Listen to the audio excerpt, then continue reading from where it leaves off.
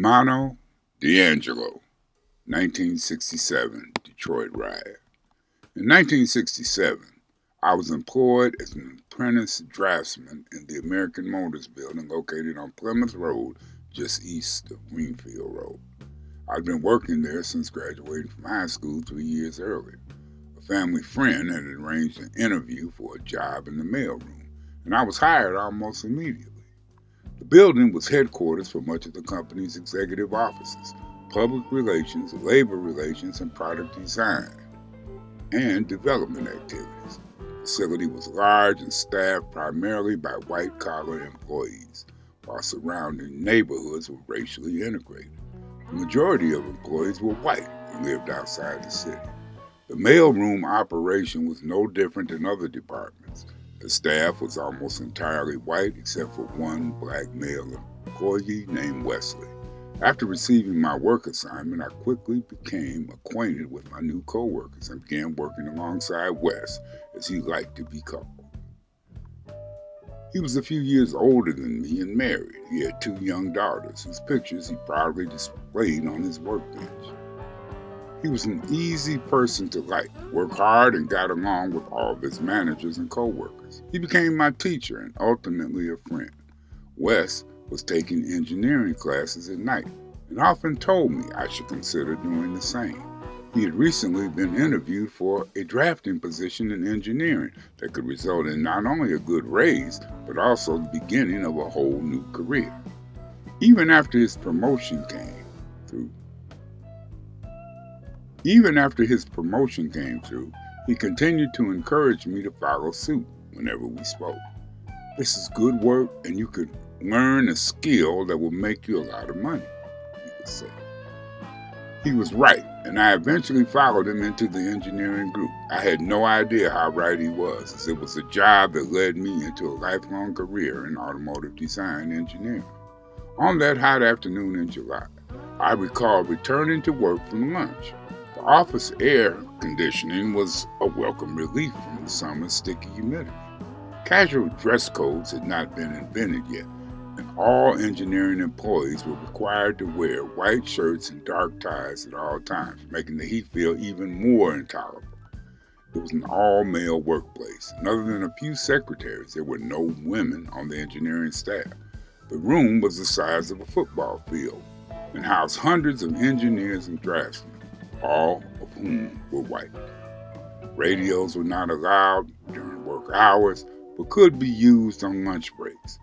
Arriving at my drawing board, I saw groups of men gathered together listening to the news reports on the radio. I walked up to one of them and asked, "What's going on?" "There's some kind of civil disturbance on 12th Street, and this saying is turning into a race riot," someone answered. The concept of a race riot did not immediately resonate with me. While I had observed some racial bigotry among a few neighbors and acquaintances, I don't recall that prejudice affected my behavior. I never considered myself overly prejudiced, but what I didn't understand then, only to realize several years later, was that by living in my all-white suburb, I too participated in a form of racial segregation common in Detroit at the time. Still, the idea of wanting to hurt someone just because of his or her race was a disturbing fact, and I wondered what would happen next. It didn't take long to find out. A short time later, the department manager called an emergency meeting in the drafting room and announced, "For those of you who have not heard on the news, there is a large-scale riot occurring in another part of the city. Reports in the media show that the situation has grown worse than expected, and the National Guard troops have been called up to help restore the peace.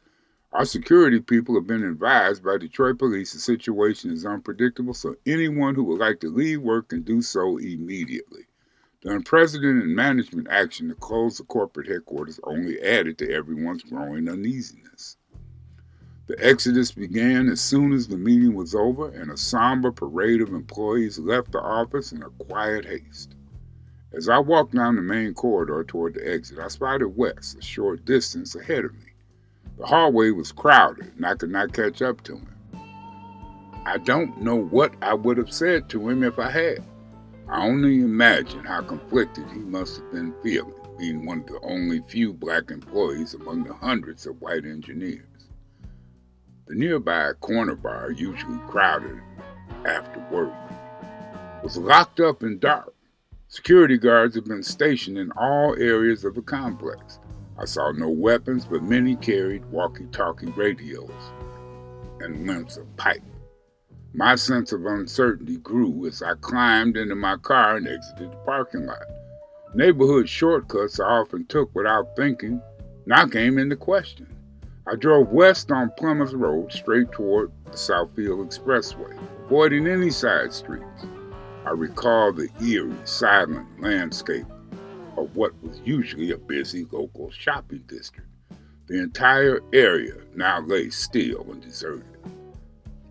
Once I was in the trench, as the Southfield Expressway was often called, I felt a strange sense of relief, as if I had somehow escaped the madness.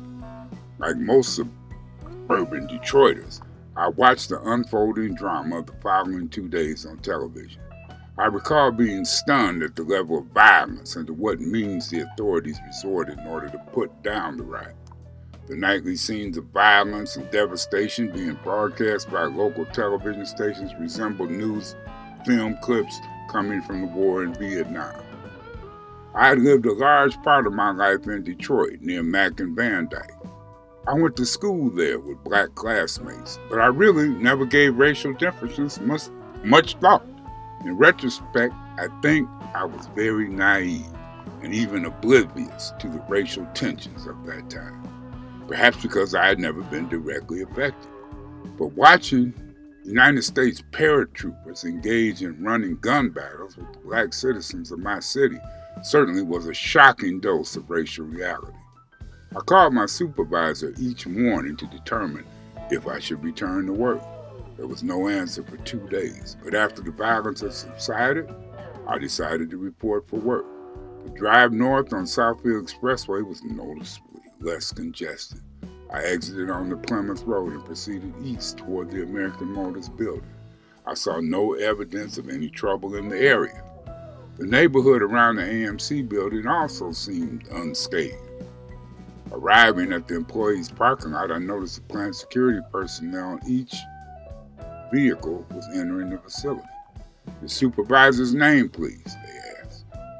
The name I provided was cross-checked against a master list, and I was allowed to enter. I parked in my usual spot and noticed the lot was filling up as usual. That was a comforting feeling, as if things would somehow return to normal, whatever that might be. Moments later, I saw Wes enter the lot. He parked a few spaces away from me, so I waited for him. I found myself becoming anxious about what we would say to one another, as if we were somehow combatants in this awful experience that had just occurred. He saw me waiting for him and he waved. I could see a slight smile on his face that made me feel a little better. "Morning," he said. "Hi, Wes. How are you doing? Everything okay?" "Yeah, none of that bad stuff happened to me, but the wife and kids were a little scared."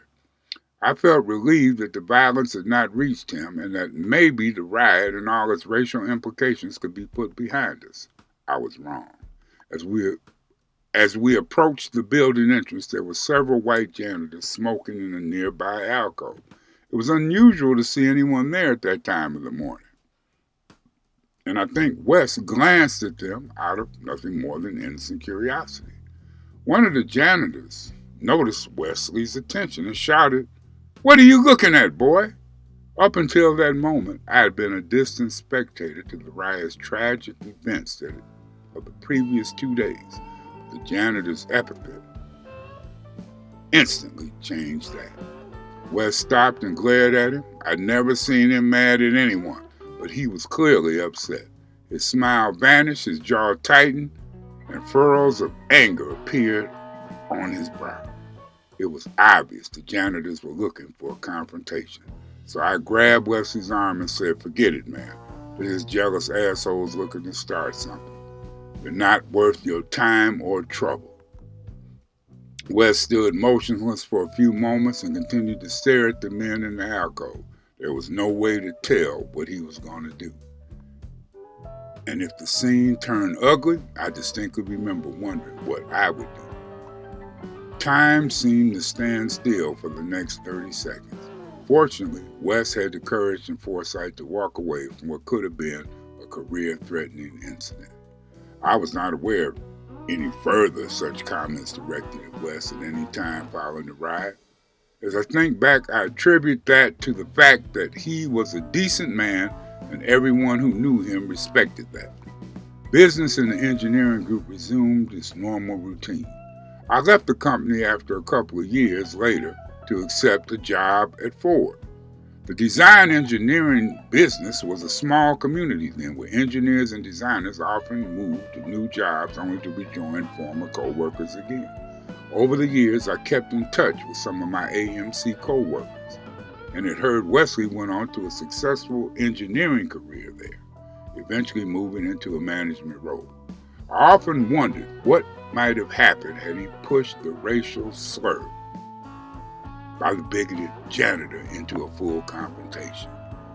I've not talked to Wes since I left American Motors, but whenever the subject of 1967 comes up and those riots, I still feel good thinking that my small part in preventing that morning confrontation may have enabled Wesley to enjoy the success he had worked so hard to achieve.